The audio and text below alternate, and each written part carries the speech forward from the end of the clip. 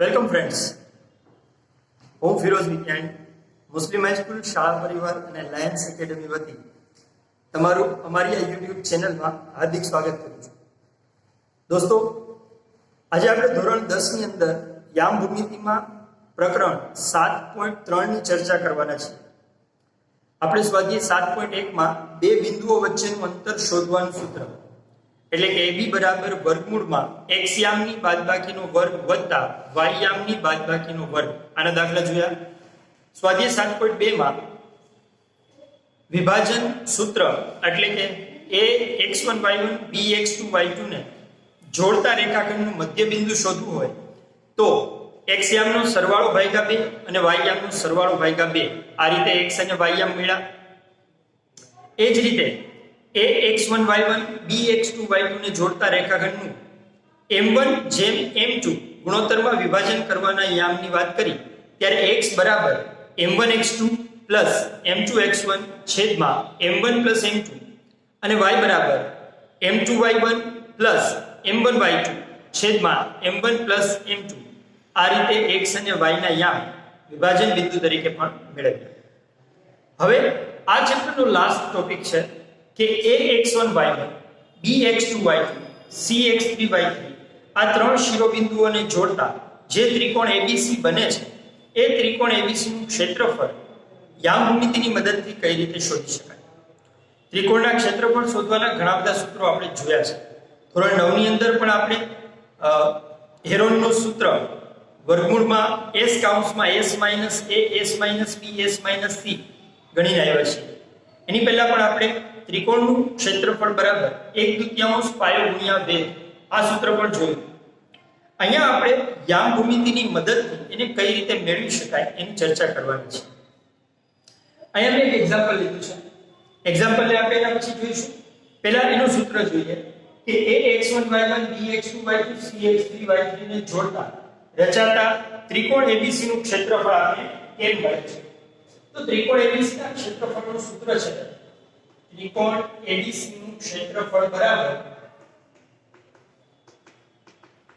1/2 x1 y2 minus y3 plus x2 y3 minus y1 plus x3 y1 minus y2.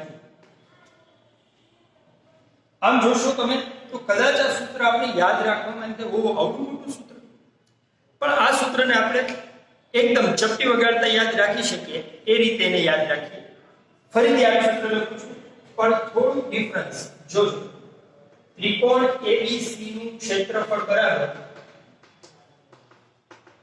1/2 x1 plus x2 plus x3. x1 ની સાથે એક કૌંસ છે, x2 ની સાથે એક કૌંસ છે અને x3 ની સાથે એક કૌંસ છે. એક સૂત્ર છે પણ યાદ કેમ રાખશો? ત્રિકોણ ABC નું ક્ષેત્રફળ બરાબર 1/2 x1 plus x2 plus x3. હવે અહીંયા 1 આવી ગયા છે. યાદ રાખશું કે કૌંસની અંદર હંમેશા y જ આવશે. કૌંસની અંદર ક્યાંય x આવશે નહીં. 1 આવી ગયા છે તો y2 minus y2.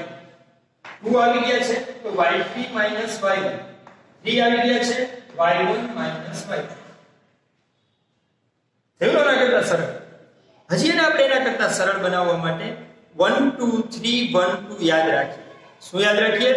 1 2 3 1 2 3 1 2 3. એમાંથી પહેલા 5 ઘટક 1 2 3 1 2 યાદ રાખીએ.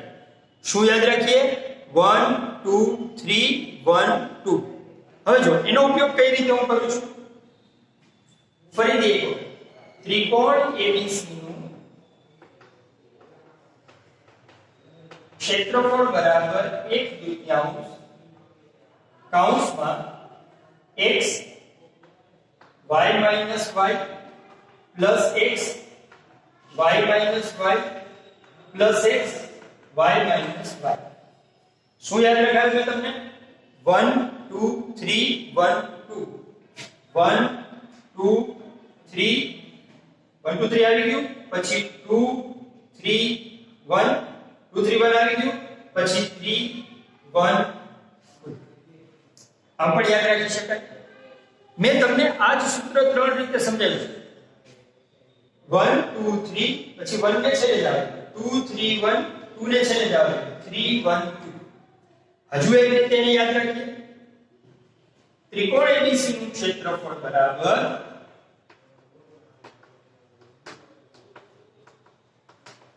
એક દ્વિતીયાંશ કૌંસમાં x1 y2 minus y3 1 2 3 x2 y3 minus y1 2 3 1 અને x3 y1 minus y2. તમે આ સૂત્રને કોઈ પણ રીતે યાદ રાખો. આપણો મુખ્ય હેતુ એ છે કે આ સૂત્ર આપણને યાદ રહી જવું જોઈએ, તો જ આપણે એના દાખલા સરસ રીતે ગણી શકશું. સૂત્ર યાદ હશે તો આનો દાખલો 2 માર્કમાં, માર્ચ 2020 ની પરીક્ષામાં 3 માર્કમાંનો દાખલો પૂછેલો છે. તો આના દાખલાનો એક પણ માર્ક કે અડધો પણ માર્ક કપાશે નહીં. આવો તો હવે આપણે આનો દાખલો કેમ ગણાય છે એ જોઈએ. અહીંયા મેં એક રકમ લીધી છે. બિંદુ A52 B47 C7 4 દ્વારા રચાતા ત્રિકોણ ABC નું ક્ષેત્રફળ શોધો. એનો આન્સર લખીએ. એટલે આ થશે x1 બરાબર 5 y1 બરાબર 2 x2 બરાબર 4 y2 બરાબર 7 x3 બરાબર 7 y3 બરાબર -4.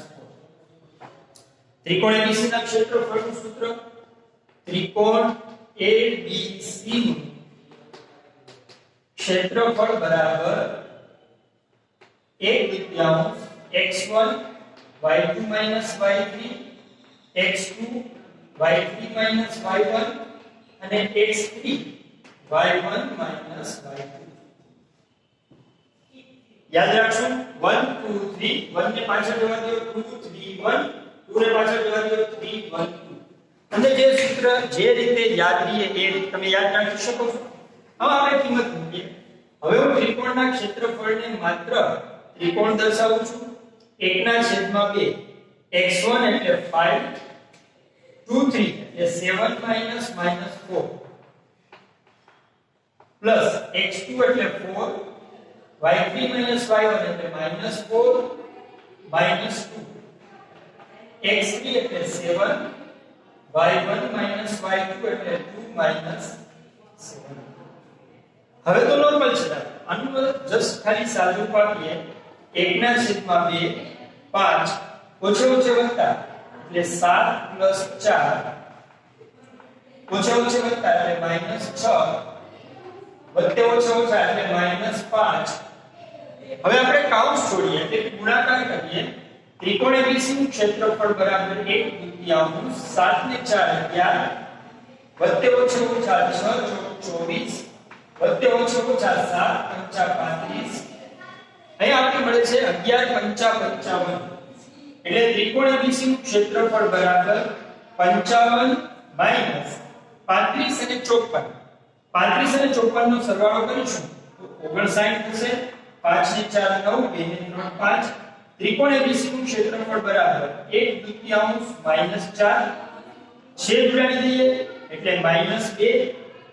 પણ આ તો ત્રિકોણ ABC નું ક્ષેત્રફળ છે જે ક્યારેય પણ ઋણ હોઈ શકે નહીં. એટલે જો આપણે જવાબમાં ઋણ સંખ્યા મળે ને તો આપણે એને અવગણવી પડશે અને ફાઇનલ આન્સર આવશે ત્રિકોણ ABC નું ક્ષેત્રફળ બરાબર 2 ચોરસ એકમ. કારણ કે ક્ષેત્રફળની વાત છે તો એ ચોરસ એકમમાં જ લખવું પડશે. આ રીતે આપણે કોઈ પણ ત્રિકોણનું ક્ષેત્રફળ મેળવીશું. આમાં આપણે ક્ષેત્રફળના આધારે દાખલાઓ જુદા જુદા પણ પૂછવામાં આવે છે. ક્યારેક ક્ષેત્રફળ આપી દીધું હોય અને આમાંથી કોઈ એક વસ્તુ મિસ કરી દે અને એ શોધવાનું કહેવામાં આવે તોય તે આપણે એને શોધી શકીએ છીએ. દોસ્તો, આ ત્રિકોણ ABC નું ક્ષેત્રફળ શોધવા માટે બીજું કંઈ જ નહીં, પણ જો તમને એનું સૂત્ર યાદ રહેશે તો તમને ક્યાંય પણ મુશ્કેલી પડશે નહીં. આવો હજી એક વખત એનું સૂત્ર લખીએ. ધ્યાન આપજો બરાબર. ત્રિકોણ ABC નું ક્ષેત્રફળ બરાબર, મને જે સૌથી સહેલી રીત લાગે છે એ લખું છું, x y - y x y - y x y minus y 1 2 3 2 3 1 3 1 2 આ મને સૌથી સહેલી રીત લાગે છે. તમને એના સિવાયની પણ રીત યાદ રહે, તમે યાદ રાખી શકો છો. આપણો મુખ્ય હેતુ સૂત્ર યાદ રાખવું એ છે, બરાબર? એટલે ધ્યાન રાખજો, આ સૂત્ર યાદ રહેશે તો આપણે આના બીજા દાખલાઓમાં પણ એની મદદ લઈ શકીશું. બાકીના દાખલા નેક્સ્ટ લેક્ચરમાં જોઈશું. આ લેક્ચર અહીં સુધી રાખીએ છીએ. Thank you very much. જય હિન્દ.